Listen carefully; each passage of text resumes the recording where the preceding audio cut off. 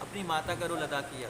तो श्रीमद् भागवतम में एक श्लोक आता है जिसमें बताया गया है, गुरु न स्यात् स्वजनो न स्यात् पिता न स्यात् जननी न स्यात् देवं न तस्यात् न पतिस्य न स्यात् मोचयेत् समुपेत्य मृत्युम।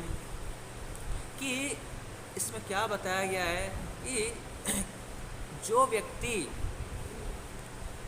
व्यक्ति अपने डिपेंडेंट्स को, अपने आश्रितों को जो जन्म मृत्यु का जो साइकिल है उससे बाहर न निकाल पाए, उसको कभी भी गुरु, पिता, माता, पति और देवी देवता बनने का अधिकार नहीं है।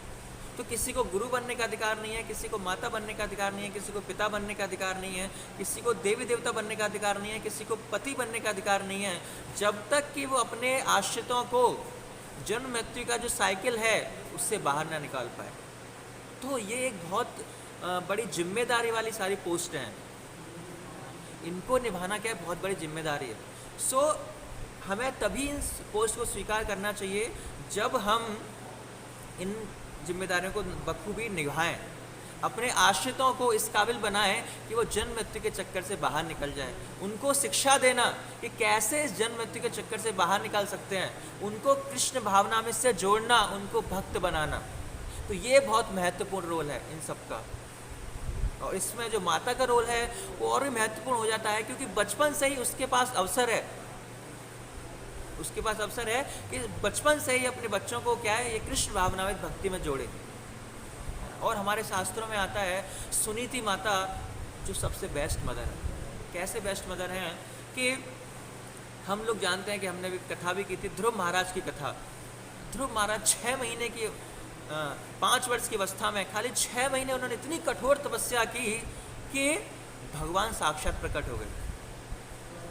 केवल 6 महीने इतनी घोर तपस्या की कि साक्षात नारायण उनके सामने प्रकट हो गए, भगवान ने दर्शन दे दिए। लेकिन इसका पीछे हम देखते हैं कारण कौन बना, वो थी उनकी खुद की माता सुनीति माता। जब ध्रुव महाराज, उनकी 2 माताएं थीं, सुनीति थी और सुरुचि थी। सुनीति मतलब जो बहुत ही नीति का पालन करती थी, सुरुचि मतलब जो हमेशा एंजॉयमेंट, जो भोग इंद्रिय तृप्ति के साधन उनमें रुचि लेती थी खाली। तो इस वजह से उनका नाम सुरुचि था, सुनीति मतलब। सो हमेशा नाम से भी क्या उसके व्यक्तित्व के बारे में हम पता लगा सकते हैं। तो जो सुरुचि थी, जो राजा थे वो उससे ज़्यादा अट्रैक्टेड थे। और जब ध्रुव महाराज अपनी पिता की गोद में बैठे हुए थे तो सुरुचि माता वहाँ पर आई। उनका दूसरा ही पुत्र था, सुरुचि माता का खुद का कोई पुत्र था। तो उन्होंने कहा, ध्रुव महाराज को हटा दिया उनकी गोद से कि नहीं, आप इस गोद में, पिता की गोद में बैठने के योग्य नहीं हो। आप क्या करो, अगर आपको कभी अगले जन्म में मौका मिला, आप पहले मेरे गर्भ से जन्म लेना पड़ेगा, तब अपने पिता की गोद में बैठ पाओगे। तो ध्रुव महाराज को बहुत गुस्सा आया, क्षत्रिय ब्लड था तो बहुत गुस्सा आया उनको। 5 वर्ष की आयु थी, बेचारे बच्चे थे, कुछ कर नहीं सकते थे। लेकिन वो इस प्रश्न को लेके कहाँ पे गए, अपनी माता सुनीति के पास गए। और सुनीति ने बहुत बेहद महत्वपूर्ण शिक्षा अपने बच्चे को दी। क्या है कि भाई आपके पिता तो मेरी भी नहीं सुनते, मुझे भी दासी की तरह रखा है। सुना ये नहीं कि आप ये करो, आप सेना तैयार करो या उनकी तरफ विरुद्ध युद्ध छेड़ दो, नहीं, उन्होंने ऐसी शिक्षाएं नहीं दी। उन्होंने बहुत ही महत्वपूर्ण शिक्षा दी सुनीति माता ने अपने पुत्र को। 5 वर्ष की अवस्था में अपने पुत्र को शिक्षा दे रही है क्या, कि केवल एक ही व्यक्ति तुम्हारी मदद कर सकता है और कोई संसार में आपकी मदद नहीं कर सकता। केवल एक ही व्यक्ति आपकी मदद कर सकता है, वो कौन है, वो है भगवान। तो आप भगवान की पूजा करो, भगवान की आराधना करो, और वही केवल एक व्यक्ति हैं जो आपकी हेल्प कर सकते हैं, बाकी और भी हेल्प नहीं कर सकते। अब उनको पता नहीं था भगवान कहाँ मिलेंगे। तो सुनीति माना कि मैंने सुना है कि भगवान जंगल में जाके लोग तपस्या करते हैं, वहाँ भगवान मिलते हैं, तो आप भी जंगल जाओ। तो सोचो, किसी माता के लिए बहुत टफ है कि 5 वर्ष की आयु में किसी बच्चे को जंगल भेजना अकेले।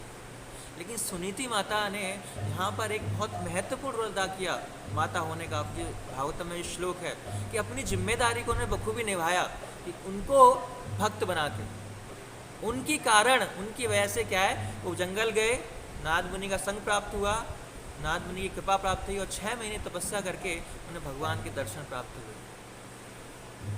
तो ये सुनीति माता क्या है, she is the best mother, है ना, कि कैसे मदर का जो महत्वपूर्ण रोल है हमारे जीवन में क्या है, उनको भक्त बनाना है, ये बहुत महत्वपूर्ण है। तो तब वो बेस्ट मदर है। वैसे तो उनका जो प्रेम है वो इतना सेक्रीफाइस है, वो अनकंडीशनल लव है, तो वो सब कुछ अच्छा है, लेकिन उसमें फिर भी अगर जब तक भक्त नहीं बनेगा तो ज़्यादा फ़ायदा नहीं होगा। तो इसीलिए भक्त बनना बहुत ज़रूरी है। और अगर बाई चांस माता हमको भक्त नहीं बना पाई तो आज के दिन हम क्या उनको दे सकते हैं, तो उनको हम भक्त बना सकते हैं, उनको हम कृष्ण भावना से जोड़ सकते हैं, उनको हम भगवान से जोड़ सकते हैं। तो बाई चांस उनको ऐसा मौका नहीं मिला या उनको ऊपर से ऐसी ट्रेनिंग नहीं थी तो वो अपने बच्चों को नहीं बना पाए, क्योंकि वो सारा चीज़ ट्रेनिंग से आती है।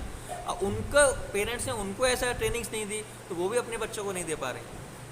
तो कोई दिक्कत नहीं है, हम क्या कर सकते हैं, एटलीस्ट वो नहीं कर पाए तो हम उनको आज के दिन कृष्ण भावना से जोड़ सकते हैं, उनको मंदिर से जोड़ सकते हैं, उनको पुस्तक दे सकते हैं, उनको भगवान की कथा सुना सकते हैं, उनसे भगवान के नाम की महिमा बता सकते हैं, उनको भगवान से जोड़ के हम ये असली गिफ्ट हम दे सकते हैं।